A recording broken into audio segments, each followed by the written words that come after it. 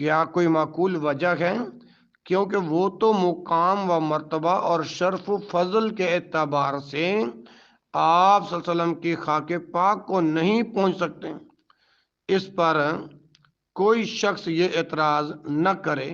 آپ صلی اللہ علیہ وسلم نے فرمایا، میں اپنے قبر میں زندہ و سلامت ہوں، جو مجھے سلام کہے میں اس کے سلام کا جواب دیتا ہوں۔ لہٰذا اس سے ثابت ہوا کہ آپ اپنی قبر شریف میں فی الواقعی اسی طرح زندہ ہیں جیسے ہماری دنیا کی زندگی ہے۔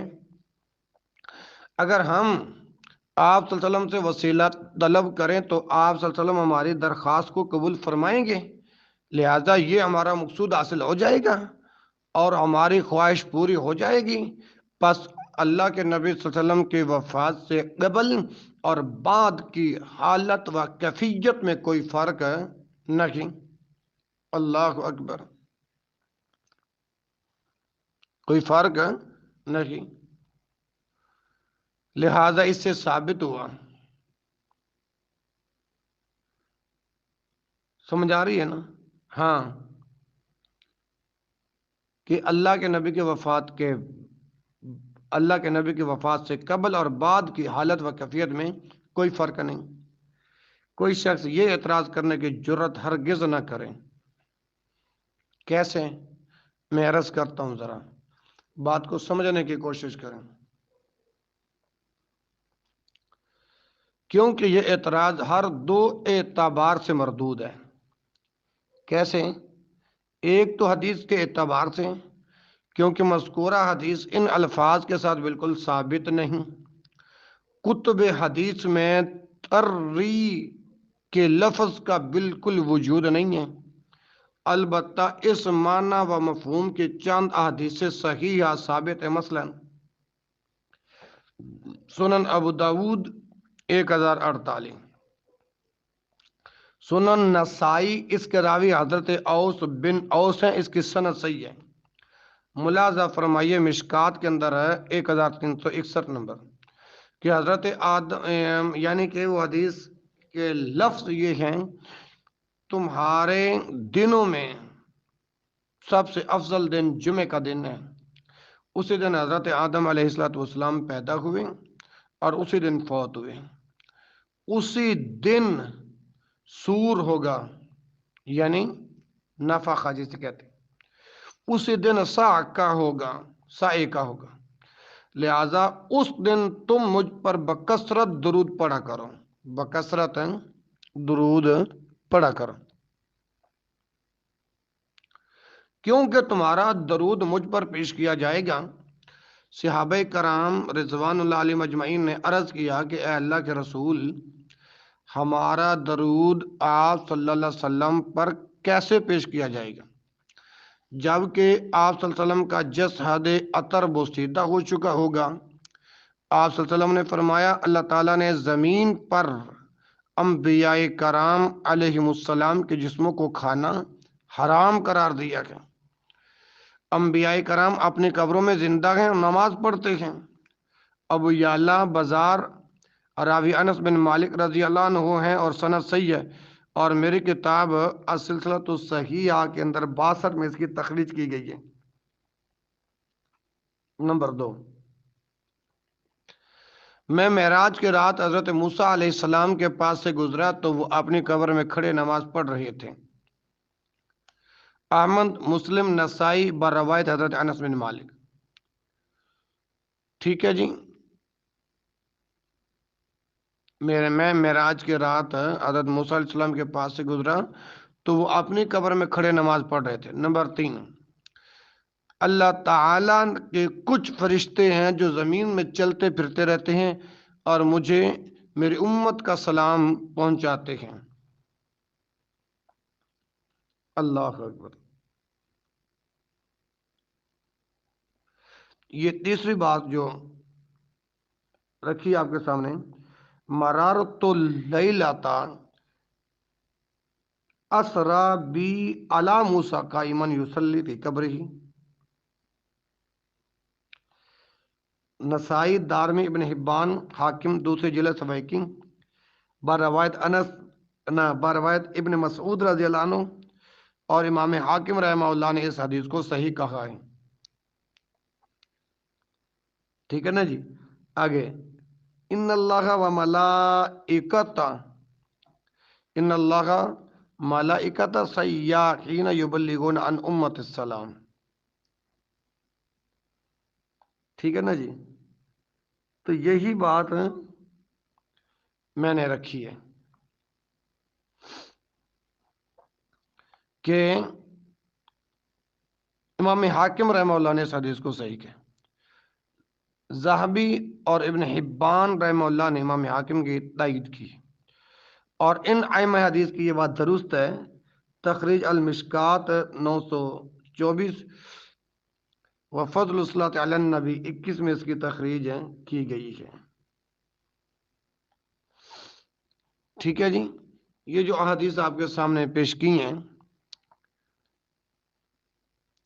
کہ انبیاء کرام اپنی قبروں میں زندہ ہیں، نماز پڑھتے ہیں. میں معراج کی رات حضرت موسیٰ علیہ السلام کے پاس سے گزرا تو وہ اپنی قبر میں کھڑے نماز پڑھ رہے تھے. اللہ اکبر.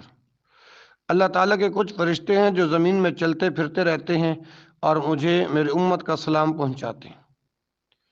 یہی حدیث ہے نا. اور دوسرے یہ اعتراض فقہی اعتبار سے بھی مردود ہیں، کیونکہ حضور سرور کائنات صلی اللہ علیہ وسلم کی وفات کے بعد کی زندگی وفات سے قبل کی زندگی سے مختلف ہے. دنیا کے قوانین کے تابع نہیں. دنیا میں تو انسان کھاتا پیتا ہے، سانس لیتا ہے، شادی کرتا ہے اور نقل و حرکت اور بولوں بازار کرتا ہے، بیمار ہوتا ہے، گفتگو کرتا ہے. لیکن یہ کوئی انسان ثابت نہیں کر سکتا کہ موت کے بعد کسی کو، حتیٰ کہ انبیاء کرام علیہ السلام کو اور حتیٰ کہ حضرت صلی اللہ علیہ وسلم کو یہ امور پیش آتے ہیں.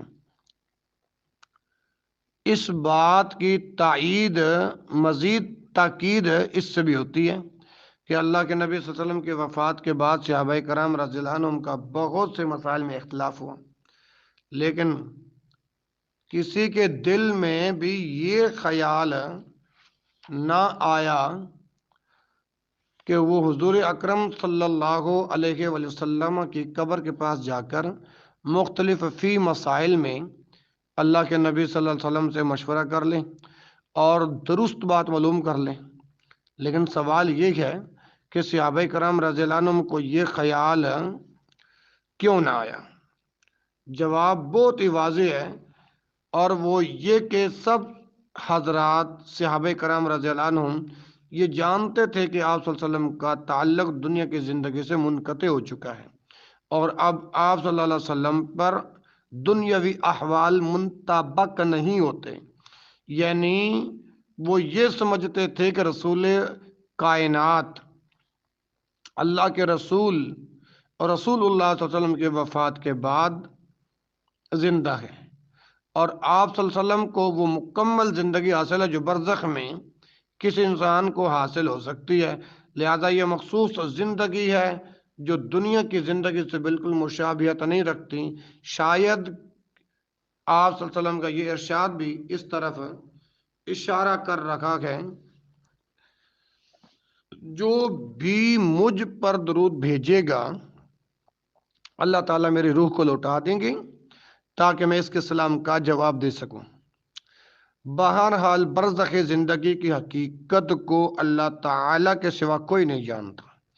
لہذا برزخی یا اخروی زندگی کو دنیاوی زندگی پر قیاس کرنا جائز نہیں ہے، اور نہ یہ جائز ہے کہ ایک زندگی پر دوسری زندگی کے احکام منطبق کیے جا سکیں، بلکہ ہر ایک کی شکل خاص ہے اور حکم معین. مشابہت صرف نام کی ہے، باقی رہی حقیقت تو اسے اللہ تبارک و تعالیٰ کے سوا کوئی نہیں جانتا. اس وضاحت کے بعد میں پھر اصل موضوع کی طرف لوٹتا ہوں اور اپنے مخالفین جو حضرت عمر رضی اللہ عنہ کے حضرت عباس رضی اللہ عنہ سے وسیلہ پکڑنے والی حدیث سے استدلال کرتے ہیں کہ تردید میں یہ عرض کریں گے کہ ان کا یہ کہنا کہ حضرت عمر رضی اللہ عنہ نے حضرت صلی اللہ علیہ وسلم کے وسیلے کے بجائے حضرت عباس رضی اللہ عنہ کے وسیلے کو اس لیے اختیار کیا تھا تاکہ اس بات کو بیان کیا جا سکے کہ فاضل کے ہوتے ہوئے مفضول کا وسیلہ اختیار کرنا جائز ہے۔ یہ انتہائی مضحکہ خیز اور عجیب توجیہ ہے۔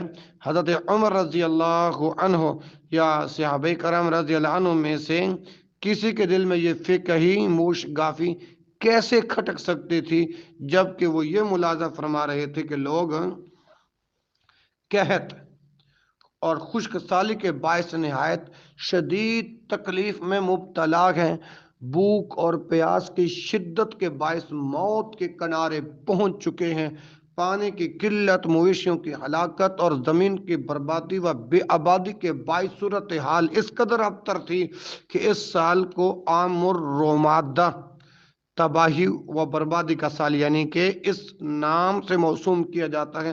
تو ان ابتر حالات میں ان کے قلوب میں یہ فلسفیانہ موشگافی اور فقہی شوشہ کیسے آ سکتا تھا کہ وہ دعائیں وسیلہ قبرا یعنی نبی اعظم صلی اللہ علیہ وسلم کی ذات اقدس کے ساتھ وسیلہ کو چھوڑ کر وسیلہ صغرا اختیار کرتے ہیں؟ کیا انہوں نے حضرت عباس رضی اللہ عنہ کے وسیلے کو اس لیے اختیار کیا کہ وہ لوگوں کو بتائیں کہ فاضل کے ہوتے ہوئے مفضول کا وسیلہ اختیار کرنا بھی جائز ہے، یا یہ بات تھی کہ وہ اللہ کے نبی صلی اللہ علیہ وسلم کے ذات گرامی کے ساتھ وسیلہ کو جائز ہی نہ سمجھتے تھے؟ یہ بات معلوم ہے نا، یہ بات معلوم ہے اور روز مرہ مشاہدہ کی ہے کہ انسان جب کسی مشکل سے دو چار ہوتا ہے تو وہ اس مشکل کے حل کے لیے کبھی سے کبھی تر وسیلہ کو اختیار کرتا ہے اور دوسرے وسائل کو آسانی کے اوقات کے لیے رکھ چھوڑتا ہے، اور اس بات کو جاہل و مشرک لوگ بھی بخوبی سمجھتے تھے کیونکہ وہ آسانی کے اوقات میں تو اپنے بتوں کو پکارتے تھے لیکن مشکل کے وقت انہیں چھوڑ کر صرف اور صرف اللہ وحدہ لا شریک کو پکارتے تھے، جیسا کہ ارشاد باری تعالی ہے فَإِذَا رَكِبُوا فِي الْفُلْكِ دَعَوُا اللَّهَ مُخْلِصِينَ لَهُ الدِّينَ فَلَمَّا نَجَّاهُمْ إِلَى الْبَرِّ إِذَا هُمْ يُشْرِكُونَ سورۃ العنکبوت کی آیت نمبر 65۔ یعنی پھر جب یہ کشتی میں سوار ہوتے ہیں تو اللہ کو پکارتے ہیں اور خالص اسی کی عبادت کرتے ہیں، لیکن جب وہ ان کو نجات دے کر خشکی پر پہنچا دیتا تو وہ جھٹ شرک کرنے لگ جاتے ہیں۔ اس سے معلوم ہوا کہ انسان فطری طور پر مشکلات و شدائد اور قحط سالیوں کے وقت قوت عظمی اور وسیلہ کبرا کو اختیار کرنے کی کوشش کرتا ہے اور امن و آسانی کے اوقات میں چھوٹے چھوٹے وسائل اختیار کرنے پر اکتفا کر لیتا ہے، اور آسانی کے اوقات میں ممکن ہے کہ انسان کے دل میں یہ خیال آ جائے وہ اس مفروضہ فقہی موشگافی کو بیان کرنے کے لیے فاضل کو چھوڑ کر مفضول کے وسیلے کو اختیار کریں۔ ان کے اس شبہ کے جواب میں ہم ایک اور عرض کریں گے اور وہ یہ مانا کہ حضرت عمر رضی اللہ عنہ نے اس فقہی حکم کو بیان کرنے کے لیے ایسا کیا، لیکن کیا حضرت معاویہ رضی اللہ عنہ اور ضحاک بن قیس رضی اللہ عنہ کے دل میں بھی یہی خیال آیا تھا جب انہوں نے رسول اللہ صلی اللہ علیہ وسلم کے بجائے تابعی جلیل حضرت یزید بن اسود جرشی رحمہ اللہ کے وسیلے کو اختیار کیا تھا؟ یقینی طور پر تسلیم کرنا پڑے گا کہ ان کی یہ فقہی موشگافی امر محال اور تکلف کے سوا کچھ نہیں۔ ٹھیک ہے جی، آگے آئیے چوتھی صورت میں جب حضرت عمر رضی اللہ عنہ کے حضرت عباس رضی اللہ عنہ کے وسیلے کو اختیار کرنے والی اس حدیث میں ایک ایسی بات ملاحظہ کرتے ہیں جس کی طرف توجہ دلانا ضروری ہے، اور وہ یہ کہ جب بھی قحط سالی کا عالم ہوتا تو حضرت عمر رضی اللہ عنہ حضرت عباس بن عبد المطلب رضی اللہ عنہ سے بارش کے لیے دعا کا مطالبہ کرتے ہیں۔ یہ الفاظ اس بات پر دلالت کرتے ہیں کہ یہ ایک دفعہ نہیں بلکہ کئی دفعہ ایسا ہوا تو یہ الفاظ بھی ان لوگوں کے خلاف ایک نہایت مضبوط دلیل ہیں جو یہ کہتے ہیں کہ آپ نے فاضل کے ہوتے ہوئے مفضول کے وسیلے کو جائز بتلانے کے لیے ایسا کیا تھا۔ اگر صرف یہ سمجھانا ہی مقصود ہوتا تو ایک دفعہ ایسا کرنا کافی تھا، لیکن بار بار ایسا کرنے سے جو بات واضح ہوتی ہے وہ اہل علم و انصاف سے مخفی نہیں ہے۔ بعض روایات صحیحہ نے حضرت عمر رضی اللہ عنہ کے مذکورہ کلام اور آپ کے مقصود کی وضاحت کر دی ہے۔ مثلا حافظ ابن حجر اسقلانی رحمہ اللہ نے فتح الباری کے 30 جلد صفحہ 150 میں لکھا ہے کہ زبیر بن بکار نے انصاب میں اس واقعے کے سلسلہ میں حضرت عباس رضی اللہ عنہ کی دعا کے یہ الفاظ نقل کیے ہیں: اے اللہ، ہر بلا گناہ کی وجہ سے نازل ہوتی ہے اور توبہ سے دور ہوتی ہے۔ میری قوم تیرے نبی صلی اللہ علیہ وسلم سے قربت کے باعث میری طرف متوجہ ہوتی ہے تاکہ تجھ سے دعا کی جائیں۔ یہ ہمارے گناہ گار ہاتھ تیرے سامنے پھیلے ہوئے ہیں اور جب کہ ہماری پیشانیاں توبہ کے باعث جھکی ہوئی ہیں، اے اللہ تو ہمیں بارش عطا فرما دیں۔ راوی کا بیان ہے کہ فوراً آسمان پر پہاڑوں جیسے بادل نمودار ہوئے، موسلا دھار بارش شروع ہو گئی جس سے زمین سرسبز و شاداب ہو گئی اور لوگوں میں زندگی کی لہر دوڑ گئی۔ تو اس حدیث سے کئی امور ثابت ہوتے ہیں۔ مثلا اول یہ کہ وسیلہ حضرت عباس رضی اللہ عنہ کی دعا کے ساتھ تھا، ذات کے ساتھ نہیں تھا۔ سمجھ آ رہی ہے نا؟ جیسا کہ زبیر بن بکار وغیرہ نے صراحت کر دی ہے۔ اور اس طرح ان لوگوں کی زبردست تردید ہوتی ہے جو یہ کہتے ہیں کہ حضرت عمر رضی اللہ عنہ کا وسیلہ حضرت عباس رضی اللہ عنہ کی دعا کے ساتھ نہیں بلکہ ذات کے ساتھ تھا۔ اگر یہ بات درست ہوتی تو اس بات کی ضرورت نہ تھی کہ حضرت عمر رضی اللہ عنہ کے بعد حضرت عباس رضی اللہ عنہ کھڑے ہوتے اور نئی دعا کرتے۔ نمبر 2، حضرت عمر رضی اللہ عنہ نے صراحت فرمائی کہ وہ حضرت صلی اللہ علیہ وسلم کی حیات طیبہ میں آپ صلی اللہ علیہ وسلم کے وسیلہ کو اختیار کرتے تھے، اور اب آپ صلی اللہ علیہ وسلم کے چچا حضرت عباس رضی اللہ عنہ کے وسیلے کو اختیار کر رہے ہیں۔ گویا دونوں وقت وسیلہ کی نوعیت ایک ہی تھی اور یہ واضح ہو چکا کہ حضرت صلی اللہ علیہ وسلم کے ساتھ وسیلہ آپ سے طلب دعا تھا صلی اللہ علیہ وسلم۔ تو اس سے ثابت ہوا کہ حضرت عباس رضی اللہ عنہ کا وسیلہ بھی مبنی بر دعا تھا، حضرت صلی اللہ علیہ وسلم کے ساتھ وسیلہ دعا کے ساتھ تھا۔ اس کی دلیل اسماعیلی کی وہ سری روایت ہے جو انہوں نے مستخرج علی الصحیح میں بیان کی ہے، جس کے الفاظ یہ ہیں کہ جب حضرت صلی اللہ علیہ وسلم کے عہد میں لوگ قحط میں مبتلا ہوئے تو حضور نبی کریم صلی اللہ علیہ وآلہ وسلم سے دعا کا مطالبہ کرتے، آپ صلی اللہ علیہ وسلم بارش کے لیے دعا فرماتے۔ سمجھ آ گئی نا جی؟ تو اللہ تعالیٰ بارش نازل فرما دیتے۔ جب حضرت عمر رضی اللہ عنہ کا دور امارت تھا تو اس کے بعد امام اسماعیلی رحمہ اللہ نے حدیث کے وہ الفاظ نقل فرمائے ہیں جو میں قبل فتح الباری جلد نمبر 2 صفحہ 399 کا حوالہ عرض کر چکا ہوں۔ حدیث کے الفاظ فَيَسْتَسْقِي لَهُمْ اس بات پر نہایت صراحت کے ساتھ دلالت کناں ہیں کہ آپ صلی اللہ علیہ وآلہ وسلم اللہ تعالیٰ سے بارش کے لیے دعا کرتے تھے۔ نہایہ ابن اسیر میں ہے کہ الاستسقاء باب استفعال کا مصدر ہے، اس کے معنی طلب بارش کے ہیں، یعنی یہ طلب کرنا کہ بلاد و عباد پر بارش نازل ہو۔ عربی میں کہا جاتا ہے سقى اللہ عبادہ الغیث واسقاہم سقیا۔ اس میں واستسقیت فلانا کے معنی یہ ہے کہ میں نے فلاں انسان سے یہ مطالبہ کیا کہ وہ مجھے پانی پلائیں۔ جب یہ واضح ہو گیا تو روایت کے الفاظ استسقوا بہ کے معنی یہ ہوئے کہ وہ آپ صلی اللہ علیہ وسلم کی دعا کے ساتھ بارش طلب کرتے تھے۔ اسی طرح پہلی روایت کے الفاظ کننا نتوسل الیک بنبینا کے معنی یہ ہیں، اے اللہ ہم قبل ازیں اپنے نبی صلی اللہ علیہ وسلم کی دعا کا وسیلہ پیش کرتے تھے۔ ان تمام روایات و احادیث کے مجموعہ سے یہی بات ثابت ہوتی ہے۔ نمبر 3،